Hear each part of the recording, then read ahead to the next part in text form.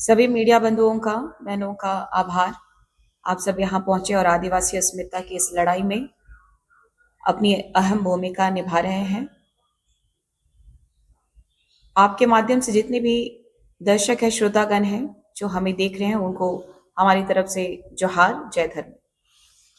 चूंकि हमारा झारखंड राज्य 5th शेड्यूल के तहत आने वाला रूढ़िवादी परंपरा को मानने वाले आदिवासी समुदायों का है। आदिवासी समुदाय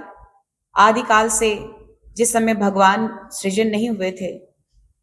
उस समय से जब धर्म का सृजन नहीं हुआ था, तब से आदिवासी समुदाय जो है इस भारत देश में वास कर रहा है।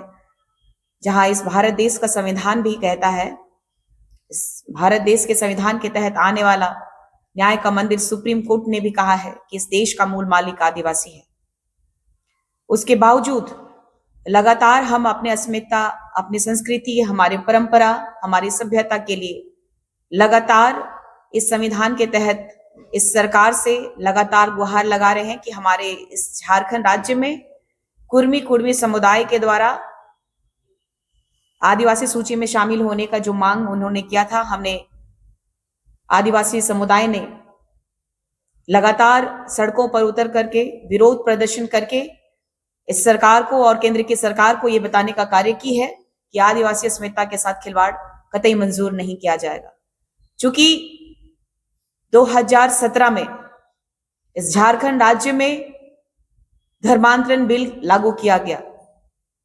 और लगातार इस झारखंड राज्य में धर्मांतरण को लेकर के काफी विवाद उत्पन्न हो चुके हैं, जो कि आपके पास में अखबार के माध्यम से, सोशल मीडिया के माध्यम से देखने को मिल रहा है कि किस तरीके से मिशनरियों के द्वारा एक मिशन चलाया जा रहा है। इस झारखंड राज्य में CNTSPT एक्ट का किस तरीके से उल्लंघन किया जा रहा है, हमारे आदिवासी शरण स्थल में किस तरीके से इन लोगों का कब्जा किया जा रहा है, हमारे लोगों को बहला करके, फुसला करके, चंगाई के नाम से, स्वास्थ्य के नाम से।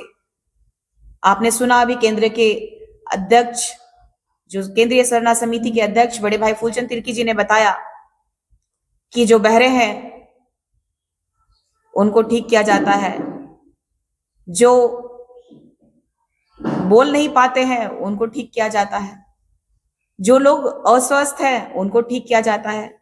तो हमारे भारत देश में ही नहीं, हमारे झारखंड में ही नहीं, ये विश्व में फिर अस्पताल क्यों बनाया गया? हॉस्पिटल्स नहीं होना चाहिए था। लोगों को ठगा जा रहा है, गुमराह किया जा रहा है। और ऐसे में आदिवासी समुदाय जो अग्रिम पंक्ति पे होना चाहिए, इस भारत के संविधान का सम्मान लगातार किया है, लेकिन संविधान ने लगातार आदिवासी समुदाय को दरकिनार करने का काम किया है। इस आने वाले जनगणना से पहले हम लोगों का मांग है कि डिलिस्टिंग हो, और डिलिस्टिंग का मुद्दा बहुत ही गहराया हुआ है। हमारे केंद्रीय सरना समिति का गठन जिन्होंने किया था, इस भारत में जब भी आदिवासी अस्मिता की जब बात आती है, धर्मांतरण का जब भी मुद्दा होता है, तो हमारे पंखराज बाबा कार्तिक उरांव जी को याद किया जाता है। उन्होंने भी इस संविधान के तहत जब सांसद थे, तो संसद भवन में उन्होंने उस समय वर्तमान की जो केंद्र की सरकार थी, स्वर्गीय इंदिरा गांधी जी की सरकार को हिलाने का काम किया था। उन्होंने तब भी कहा था कि धर्मांतरण जो हमारे आदिवासी समुदाय की अस्मिता को लगातार ठेस पहुंचाने का काम कर रही है, आदिवासी समुदाय का रूढ़िवादी परंपरा को लगातार हानि पहुंचाने का काम इन धर्मांतरितों के द्वारा किया जा रहा है। हमारे पास शिक्षा नहीं है, इनके पास विदेशी धर्मों के द्वारा, ईसाइयों के द्वारा मिशन चलाया जा रहा है कि अच्छी शिक्षा होगी तो ज्यादा से ज्यादा लोग संवैधानिक पदों पे विराजमान होंगे। जिस तरीके से अनुच्छेद 341 में इसी समुदाय के लिए बाबा भीमराव अंबेडकर साहब ने एक कड़ा कानून बनाया था, एक नियम बनाया था कि ऐसे समुदाय के लोग यदि धर्मांतरित कर मुसलमान और ईसाई बनते हैं तो आरक्षण समाप्त होना चाहिए। हम सरना आदिवासी भी केंद्रीय सरना समिति के द्वारा पूरा झारखंड में डिलिस्टिंग का मांग करते हैं, और 12 दिसंबर को राजभवन के समक्ष एक उलगुलान करने के लिए सरना समिति तैयार है। और उस समय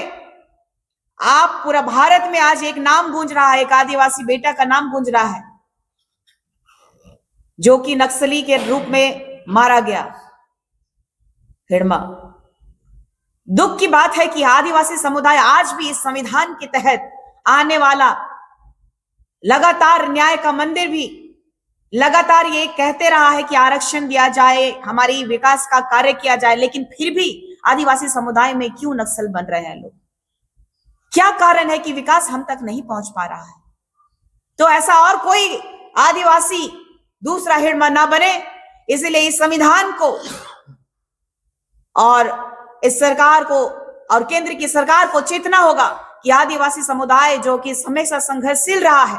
अपने अस्तित्व को बचाने के लिए, अपने समुदाय को बचाने के लिए, अपनी रूढ़िवादी परंपरा को बचाने के लिए, तो मैं केंद्र की सरकार को झकझोरना चाहती हूं, क्योंकि वर्तमान की झारखंड की जो सरकार है, एक आदिवासी बेटा आज आदिवासियों को दरकिनार करके लगातार ईसाई और मुसलमानों को फेवर देते हुए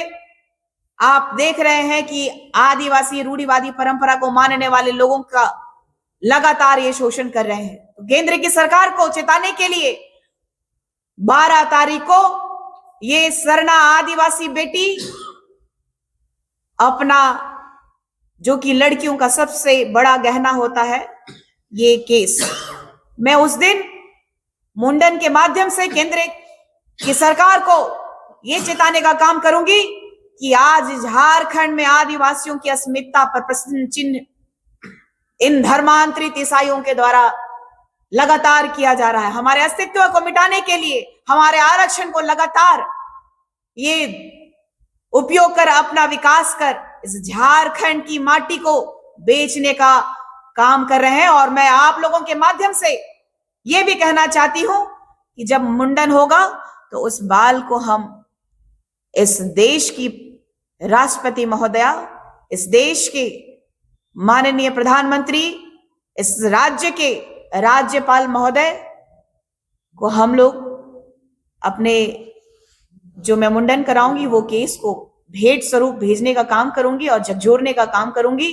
ये आदिवासी अस्मिता वाकई खतरे में है। और मैं आप लोगों के माध्यम से जो मिशनरियों के जो दलाल है, जो उन लोगों का ठेका लेके रखे हैं, यहां से वेटिकन तक में इन लोगों का एक छत्र, एक कार्य रहता है कि किस तरीके से धर्मांतरण कराना है और हमारी जो जमीनें हैं उनको किस तरीके से मिशनरियों के हाथों में बेच देना है। तो धर्मांतरित ईसाइयों के दलाल ग्लाक्सन डुगनो को मैं चेताना चाहती हूं